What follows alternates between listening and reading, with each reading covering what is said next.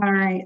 So as folks continue to introduce themselves and thank you in the chat, I would like to take some time to thank our board, our supporters, and our investors here at Jobs First NYC. We also could not put on this convening without our incredible speakers joining us today. And a huge thank you also goes out to the Jobs First NYC team for organizing this convening.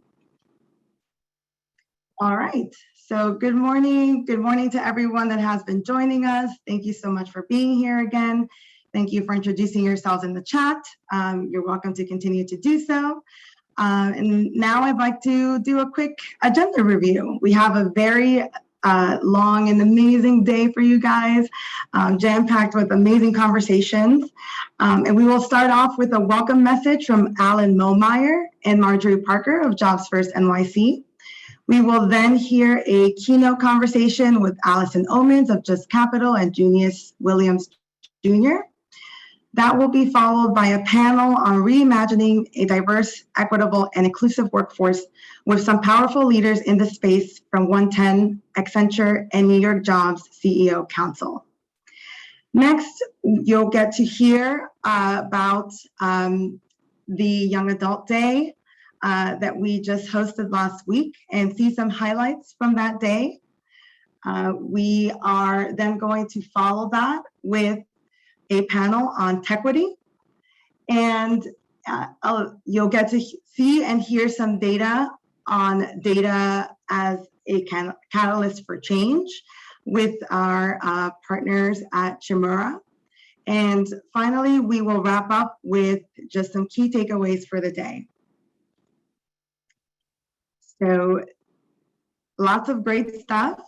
And now it is my pleasure to welcome Momeyer and Marjorie Parker. Momeyer is chairman of the board of Jobs First NYC and Chief Human Resource Officer Emeritus of Lowe's Corporation.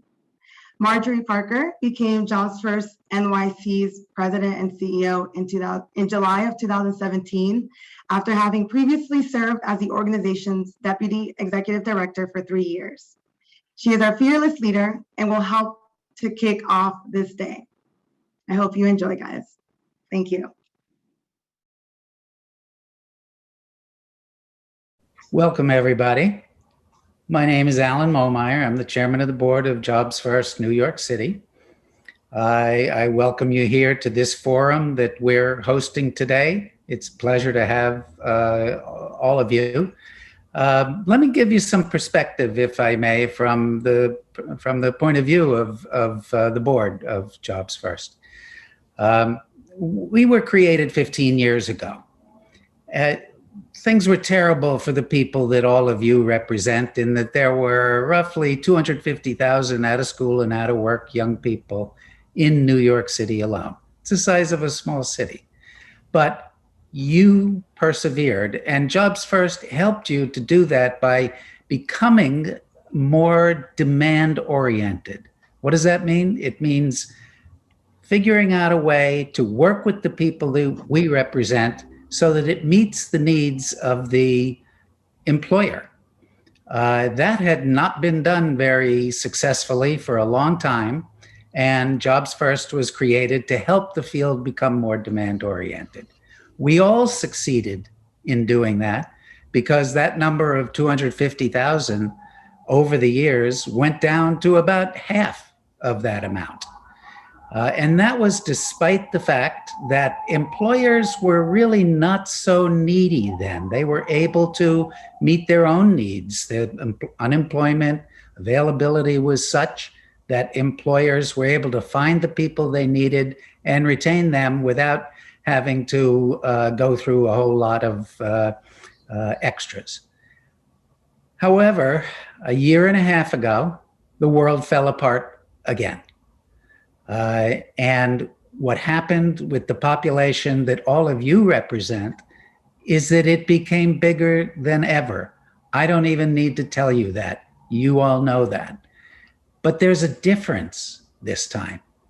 As employers come out of it, they are realizing that they need us, and they need us to help them find the right people for their job and retain those people. That's the job of Jobs First. That's the job of all of the people that you represent.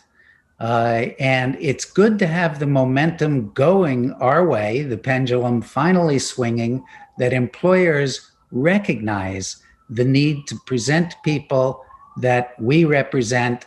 And employers are looking for the same thing with the same values that we are, and that is diversity, equity, and inclusion. Employers would not have formed the group, the 110 group, if that wasn't true. So the pendulum is swinging, the momentum is going your way. I see the next few years as being very, very successful for you and for the people that you represent. That's why we do forums like this. We bring these experts together. You're going to benefit from hearing all of them today. So I want you to not sit back. I want you to be on the edge of your seat. I want you to be listening to every word. And I want you to take away lessons from this day that you can apply to make the world a better world for the young people of New York City.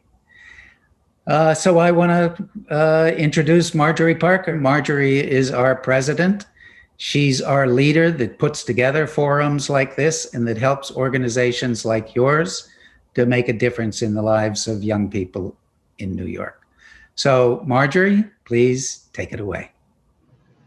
Thank you, Alan, and thank you so much for choosing to spend your time with us and together this morning. Welcome to JobSearch NYC's 6th annual Adapting to the Future of Work, Surviving to Thriving. 6 years ago, this convening was developed and designed with and for colleagues just like you.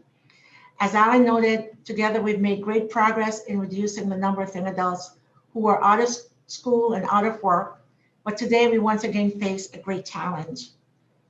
At the height of the crisis last summer, the rate of out of school, out of working adults ages 18 to 24 skyrocketed to almost 34%, and about 35% of jobs lost were young adults in that age group. You will hear more about this from Dr. Christine Shimura later today. What we do know is that most of those jobs for these young people were in retail, hospitality, the service industry, all jobs that were at the lower end of the pay scale with limited opportunities for higher income and thus limited opportunities for economic mobility. Today, 110 New York Job CEO Council and Accenture will share their work, some of which began prior to the pandemic, to close the economic opportunities gap and create pathways to higher paying jobs and economic mobility. Over the past 6 years, we've made a significant effort to understand emerging trends in the green economy and technology that could both positively and negatively impact the economic opportunities for young people and the communities where they live. Our Young Adult Sectoral Employment Program, YASEP, tested and implemented innovative work in these emerging work areas, such as our early work with Green City Force to better understand the landscape of a fast-changing green economy, and work with Perscolis to build an IT sector bridge program to create pathways to higher paying tech jobs. Today, you will hear from some pioneers and leading thinkers around tech equity and the challenge and opportunities for our communities. Over the past 15 years, JobSearch NYC has focused on building and advancing the types of solutions that produce better outcomes for our young adults and the communities where they live. During this time, we have worked with many of you to build 31 partnerships, some small, some large. Some of these partnerships, like our community solutions place-based partners at Youth Wins in Staten Island, JARC in the Bronx, Yes Bed-Stuy in Bedford-Stuyvesant, Brooklyn, Brownsville Hub Cooperative in Brownsville, Brooklyn, work collaboratively, often without the resources needed, but knowing that together, the value of doing more together outweighs the cost of not doing anything together. It's tempting to believe that the work we've done together has been lost as a result of COVID-19. The impact was and continues to be tough for those whose existence brings us to this work. But while the things we built, the work you did, the work we did together might change or evolve, the peoples whose lives we want to change see this pandemic as just one more thing on them. One more thing in the scope of things that have been unfortunate for them, their families, and their communities. It is incumbent upon us to dig deeper, recognize past successes, and tell ourselves the next phase of our work has just begun. The fight for equity and equality is still the fight that we're in, the fight that gave birth to our sector. You will hear more about this from our keynote conversation. So thank you once again for joining, and my team for putting together this day of amazing learning and sharing. And now, enough from me, and let's get the day started with an important keynote conversation. This conversation will look at the particular moment we find ourselves in and how we ensure the future of work is equitable for all young workers. Let me introduce our illustrious guest. Alison Omens is the Chief Strategy Officer at Just Capital. She's responsible for setting, implementing strategy to achieve mission impact for the organization. She's on the board of JobSource NYC and is also the co-founder of Smash Squad, a network for women focused on doing well by doing good. And Junious Williams Jr., a man I call my intellectual crush, is the principal of Junious Williams Consulting, Inc., a firm specializing in research and policy analysis, collaboration management, and facilitation, with special focus on increasing equity and social justice. He's a senior advisor to the Collective Impact Forum. Alison, over to you. Thank you, Marjorie. It's a pleasure to be here. It's a pleasure to serve on the board, and lovely to be with so many people today. And Junious, it's an honor to get to interview or have a conversation with you. So just to dive into it, the title of today's conversation is Adapting to the Future of Work. And I'd love to start with the present of work and ask you if you feel like we're at a place where the foundations of work now are enough to catapult us to an equitable future of work, or if we have some work to do sort of in this moment to get to a place where we're actually feeling like we're in a good place in the future. Yeah, this is really a pivotal moment given the multitude of crises that we're experiencing. Obviously, the pandemic, the racial awakening. I don't call it a racial reckoning because people are awakening and we're a long way from that reckoning. The economic circumstances. So there's a confluence of a number of factors that lay a foundation for some pretty fundamental change if we recognize it. And, I guess what's pressing for me is that to understand the future of work, you've got to understand the broader societal change that's going on around the issue of income and the relationship between income and work. And I think one of the most important things that's going on right now that we all should pay attention to, which will redefine the nature of work in this country, is guaranteed basic income. And that's a game changer. And it's very interesting what's happening now. There are pilots all over the United States going on around guaranteeing people a basic level of income. Unfortunately, what's happened is that we're stuck in a piloting mode because what the evidence suggests repeatedly on every pilot test is that this works. That contrary to popular belief, people don't go out and splurge the money on alcohol and drugs. They take care of themselves and their families. There's even evidence that it propels people to re-engage in the labor market when they have that sort of stability. That's a game changer because it alters the way that we function in the labor market, especially people who are on the lower end of the labor market. The labor market has never functioned properly for people at the lower end. It is not competitive.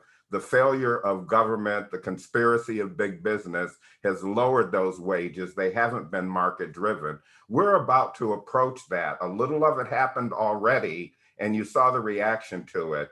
The federal supplement under the CARES Act to the unemployment gave people in the lower levels of the labor market an opportunity to say, no, that's not the right move. And maybe rather than going to that job that ain't suitable for me, I'm going to go to that tech training program. It gave people an opportunity in the lower levels of the labor market to function differently. And what it's done is it started driving up wages. You see that all over. That's not just the pandemic going on. It's the fact that I think people on the lower scale of the workforce are feeling a sense of empowerment. Quickly, I'd add one other thing, which is the whole essential worker thing. That is really key because we sort of discovered all of these essential workers that we don't pay a pittance given the value of what they contribute to all of our daily lives. And I think the other opportunity there is not only to have these essential worker parades and commemorations, but start paying people who are doing essential services for us at least a sustainable wage, which we don't now. So, those are just a couple of the things that create an opportunity for us to rethink work. If I am guaranteed an income, what does it mean around what I pursue in work? Is it more personal interest? Is it more things that contribute to the common good and well-being? It gives us an opportunity to really rethink what work is when it is not so heavily dependent as our single source of income, because we do things in the society like a guaranteed basic income that elevates the floor for everybody in the society. Yeah, I mean, I so much of what you're saying resonates for me. And the essential worker bit is, so let's stay with this for a moment. So universal basic income, one sort of societal or at least in part government solution, living wages and higher wages, which I think is so interesting in the context, as you're noting, on the sort of labor shortage conversation, and us seeing workers really having power in the market in a way that hasn't necessarily been true for some time. So how do we best, in your mind, like, I feel like we're at this juncture where we're just exiting or sort of entering this new phase of the pandemic, whatever you want to call it. But how do we, as a group of civil society leaders, philanthropists, workforce leaders, seize on this moment to increase the dignity of work, especially for young people? How do we, like, what is available to us to ensure that we are creating a more equitable future, particularly for young people? Yeah. Let me start by just putting a point on an issue of language. I didn't say universal income. I said guaranteed basic income. And that's a fundamental difference. And it goes to the issue of equity. Universal basic income says everybody's the same when we know. And it's the same thing that we already have operating in some of our social benefit systems, like some elements of Social Security and Medicaid that are disconnected. So I can be a wealthy billionaire and be eligible for those. That's silly. That's why the difference is the equitable approach is guaranteeing a basic income, and it is need-based. I don't need a guaranteed income, and any system that provides me one is ignoring the equitable principles that should operate.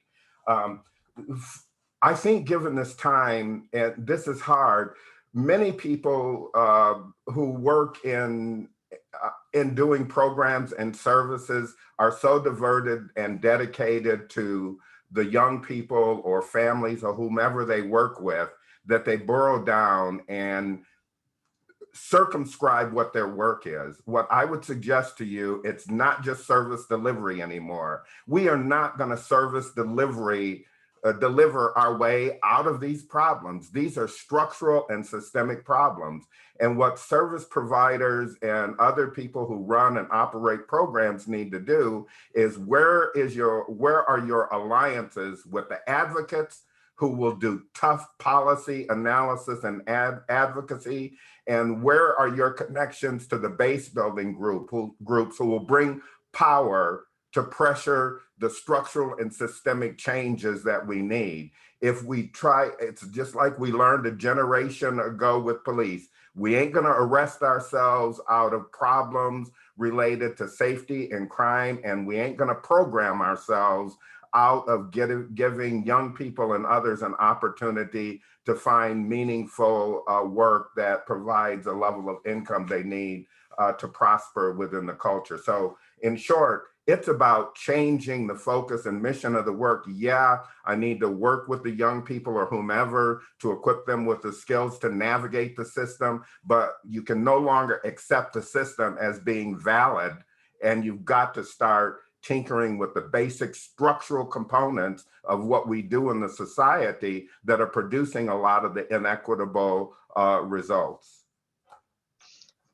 It's interesting that you say that. One of the questions that that I've been thinking about, that we to a degree talked about the last time we spoke, was the shift in expectations and sort of responsibility that a lot of questions that Jobs First, that we actually have a question from someone in listening that said, many ask what skills and resources and connections young people need to succeed in the workplace. And, that's all well and good, but at the end of the day, I think what I'm hearing you say, and I agree with, is there are some real structural things that are needed, and that we need to instead be asking both government, but for the purposes of this question, what is the role of business? What is the role of workplaces and companies to be about shifting the narrative? So we're asking at a structural level what needs to shift, as opposed to an individual level, or sort of and also a collective question, as opposed to this individual, like what can one person do,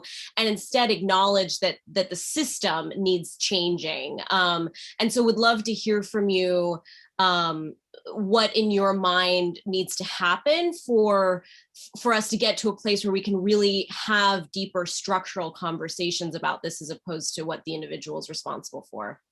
Yeah.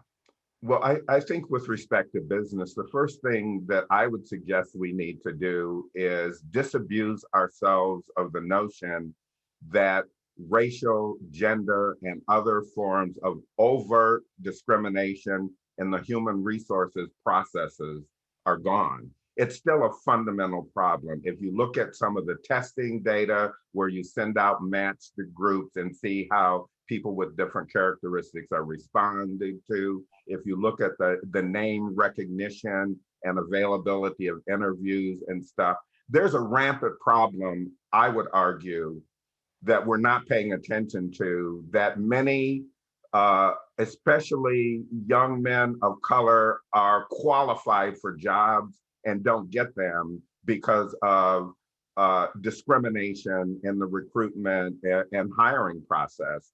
And we need to make sure that business understand that's intolerable, that we will pursue it and correct it through legal means. It is, after all, illegal to practice that. And we've sort of relaxed back and are holding businesses accountable. The data that I looked at and experienced in talking to folks is that that's still a significant factor for a lot of especially young men of color, but I would suspect that it's much more pervasive than that. The second thing I think we need to step back and reassess is what legally are called bona fide occupational qualifications. Because what we know is that there's a phenomenon, whenever there's a demand to diversify the workforce in any area, what happens is automatically people have to, for the first time, look at what are the occupational qualifications for this job, and they erect artificial ones. For several years, I was an assistant compliance monitor for a federal court order on discrimination in the building trades. And it's really an illustrative example. Historically, the building trades occupations have been one pass-through relationship, father to son, to uncle, to nephew, whatever that is, with few or no qualifications, because when you came into the industry, somebody took you under their hand and they guided you through to journey level. When Black and brown people say, hey, those are good jobs, we want a part of that, all of a sudden, we erected a bunch of qualifications. And when I was monitoring the court order, I would look at all of these white men, many of whom didn't even have a high school diploma, all who were successful in the industry. And I looked at the incoming requirements for Black and brown folks wanting to come in: algebra, testing, high school diploma, all of the things that the experience over there suggested were not necessary to be successful, that they had a mentorship sort of program or approach to it that had worked for generations for whites. My point is, we need to be really careful, because the same thing is happening with tech. If you look carefully at tech, they're not degree conscious on that, they're skill conscious. And they pick up coders, like quoters who are really highly skilled. They don't care. I mean, there's some element of wanting people from the MITs and the big tech, but there's also a very pragmatic level of we don't care where you are. So one of the things we need to be careful about is making sure that we're not erecting job qualifications that are really not necessary to effectively do the job. And especially when they apply to degrees, for example, which are largely in a lot of areas totally unrelated to a BFOQ, as it's called in the industry. So being careful that we don't permit the erection of a new set of standards that are not related to what you need to do the job, that are different than the historical experience and appear to be applied to people of color and women, to exclude them, and they're not have little or nothing to do with what's really necessary for someone to effectively perform the job. And so just to stay on this for a moment, you know, the racial awakenings, as you said, over the last year and a half, we've seen a lot of leaders across, you know, regardless of sector, say we're going to do better. And so one key thing I'm hearing from you is really look deeply at the systemic choices that you're making around education and skills and expectations that is excluding whole swaths based on race, ethnicity, education. What else, you know, for the folks who do want to be creating opportunities for young people of color, workers of color, and people do want to be putting equity at the center, in addition to the assessing skills and education, what are the other things that people can do to be ensuring that they are running their businesses or offices or governments in a way that is starting with equity? Well, I think organizations need to do an equity assessment, an organizational equity assessment, to look thoroughly at their organization from top to bottom in terms of what's happening around issues of equity, diversity. Some people call it inclusion. John Paul calls it belonging, because it's a little different than inclusion. That assessment, if you do it correctly, it not only focuses on what people within your organization are doing, and that's a really important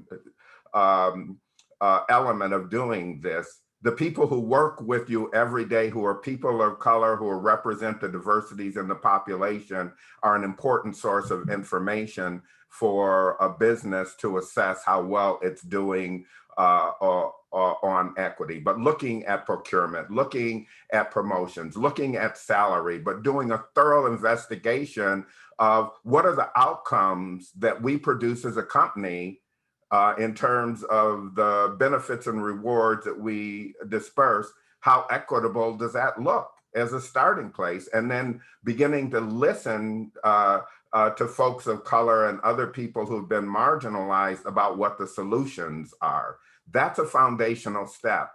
And in the course of that, increasingly, if it's a large business, you've got to deal with your history, because embedded under all of that current operating procedure may likely be a history that you need to come to grips with. This whole reconciliation with your past, that large companies that have longevity are likely to have participated in some of the sins and misbehavior, and that they need to come to grips with that and make sure that that gets purged from the culture, because those sort of patterns and practices can last a long time. As one of my colleagues keeps reminding me, organizational culture eats strategy for breakfast, so you better be concerned about what's happening in the culture. So that's a good starting place. But the best safeguard against it is having a really organizationally diverse staff. So one of the beauties and benefits of our diversity is many of these problems that businesses get into are avoidable if they would just capitalize and recognize what an asset their diversity is, and to employ that diversity in their decision making.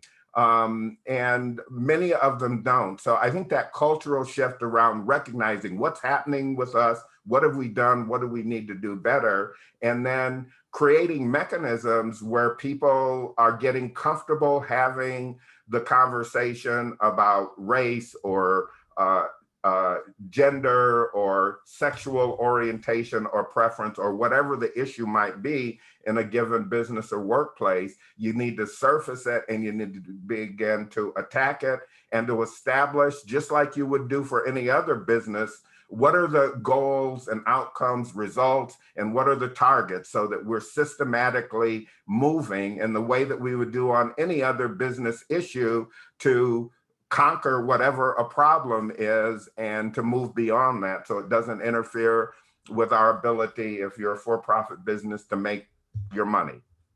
Yeah. Yeah, I happened to have a conversation with investors who are focused on partly race and economic equity yesterday. And we were also talking about everything you just said, and then really being clear to measure it. That we hear so much people say, I'm committed to diversity or equity. I'm committed to paying good wages and making sure that people have livable wages and or hiring young people, and it's like, until you are looking at the numbers, tracking the numbers, you do not know. And it's just it's easy to talk about it. It's a lot harder to measure it and then be honest with looking at those measurements. I'm so glad you said that, Alison, because a few years ago, I went to Jesse Jackson does this big tech convening in Silicon Valley every year. And one of the workshops had 7 of the DEI, diversity, equity, inclusion directors from 7 of the biggest tech firms. And they painted this glorious picture of all of the stuff that they were doing. And at the end of the presentation, I asked, how many of you have your diversity, equity, and inclusion targets and goals tied to compensation? Not a single one of the 7 did.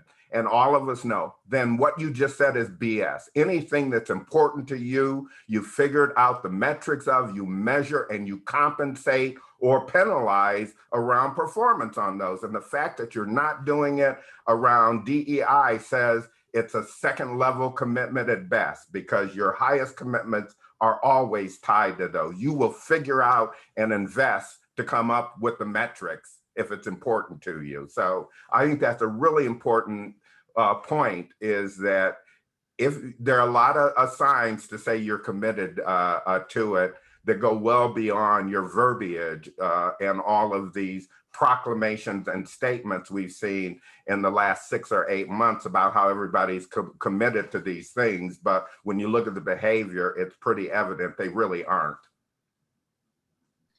Well, I think with that, we're at time. So thank you for the rich conversation and your leadership on all of these topics. So with that, I will hand it over to Carrie to take us to our next session. Thank you.